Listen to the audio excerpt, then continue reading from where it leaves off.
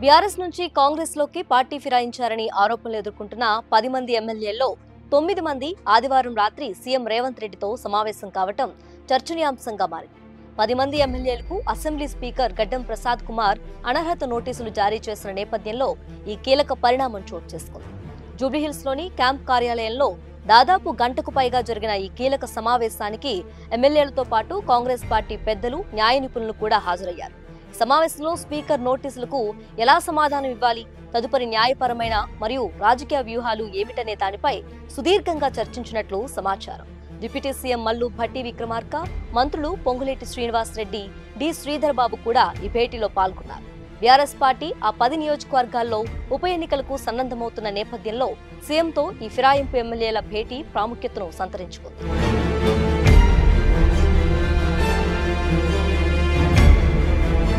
ఈ ఎమ్మెల్యేల అనర్హత విషయంలో సుప్రీంకోర్టు డెడ్ లైన్ విధించడం, సుప్రీం ఆదేశాల మేరకు పార్టీ ఫిరాయింపులపై జవాబు చెప్పాలని అసెంబ్లీ స్పీకర్ జారీ చేసిన నోటీసులు గడువు ముగుస్తుండటంతో ఈ భేటీ ప్రాధాన్యతను సంతరించుకుంది.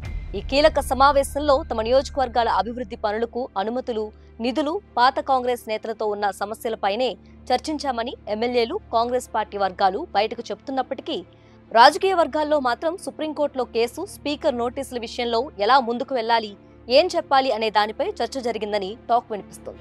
స్పీకర్ నోటీసులు అందుకున్న 10 మంది ఎమ్మెల్యేల్లో స్టేషన్ గన్పూర్ ఎమ్మెల్యే కడియం శ్రీహరి మినహా మిగిలిన 9 మంది ఎమ్మెల్యేలు దానం నాగేందర్, బండ్ల కృష్ణమోహన్ రెడ్డి, మహిపాల్ రెడ్డి, ప్రకాష్ గౌడ్, అరికేపుడి గాంధీ, పోచారం శ్రీనివాస్ రెడ్డి, డాక్టర్ సంజయ్, తెల్లం వెంకట్రావు, కాలే యాదయ్యలు ఈ సమావేశానికి హాజరయ్యారు.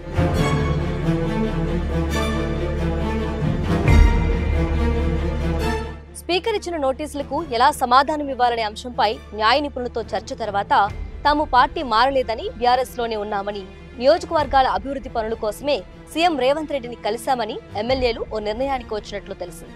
సీఎం రేవంత్ కూడా వారికి అన్ని విషయాల్లో అండగా ఉంటానని, పార్టీని, తనను నమ్మి వచ్చిన వారిని కాపాడుకునే విషయంలో ఎట్టి పరిస్థితుల్లోనూ వెనకాడబోమని భరోసా ఇచ్చినట్లు సమాచారం.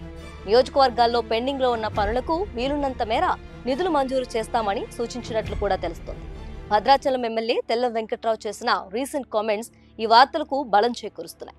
తాము కాంగ్రెస్ పార్టీ సభ్యత్వం తీసుకోలేనప్పుడు ఉప ఎన్నికలు ఎలా వస్తాయని ప్రశ్నించారు తెల్లం వెంకట్రావు. తాను ఇంకా బీఆర్ఎస్ పార్టీ సభ్యత్వం రద్దు చేసుకోలేదని, దాంతోపాటు కాంగ్రెస్ లో సభ్యత్వం కూడా తీసుకోలేదని చెప్పుకొచ్చారు. భద్రాచలం నియోజకవర్గం అభివృద్ధి కోసం ఏ పార్టీతోనైనా కలిసి నడుస్తా అని తేల్చి చెప్పేశారు. ఎవరు ఏమన్నా నియోజకవర్గం అభివృద్ధే తన లక్ష్యమని తెలిపారు. ఇక మిగతా ఎమ్మెల్యేలు కూడా ఇదే బాటలో నడుస్తారని తెలుస్తోంది.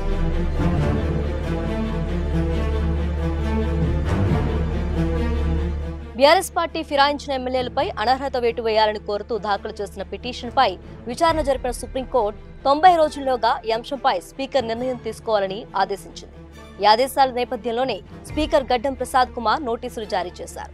సమావేశంలో పాల్గొన్న జోగులాంబ గద్వాల్ ఎమ్మెల్యే బండ్ల కృష్ణమోహన్ రెడ్డి తాను ఇప్పటికీ బీఆర్ఎస్ పార్టీతోనే ఉన్నానని, పార్టీ మారలేదని స్పష్టం చేసినట్టు తెలిసింది.